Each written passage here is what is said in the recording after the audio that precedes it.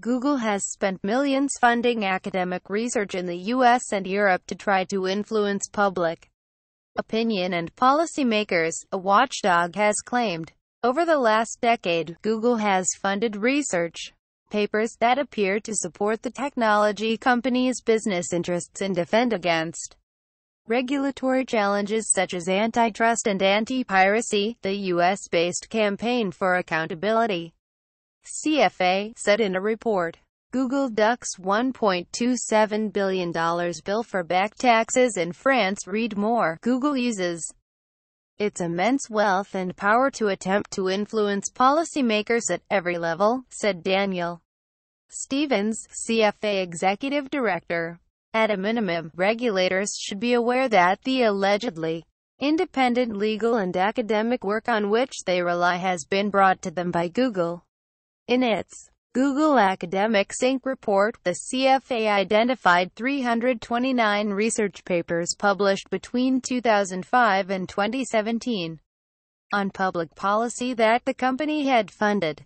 Such studies have been authored by academics and economists from some of the world's leading institutions including Oxford, Edinburgh, Stanford, Harvard, MIT and the Berlin School of Economics. Academics were directly funded by Google in more than half of the cases, and in the rest of the cases funded indirectly by groups or institutions supported by Google, the CFA said. Authors, who were paid between $5,000 and $400,000, £3,900, £310,000 by Google, did not disclose the source of their funding in 66% of all cases, and in 26% of those cases directly funded by Google, according to the report. The CFA is calling for Google-funded academics to disclose the source of their funding to ensure their work can be evaluated in context. Google described the report as highly misleading, as it included any work supported by any organization to which it has ever donated money.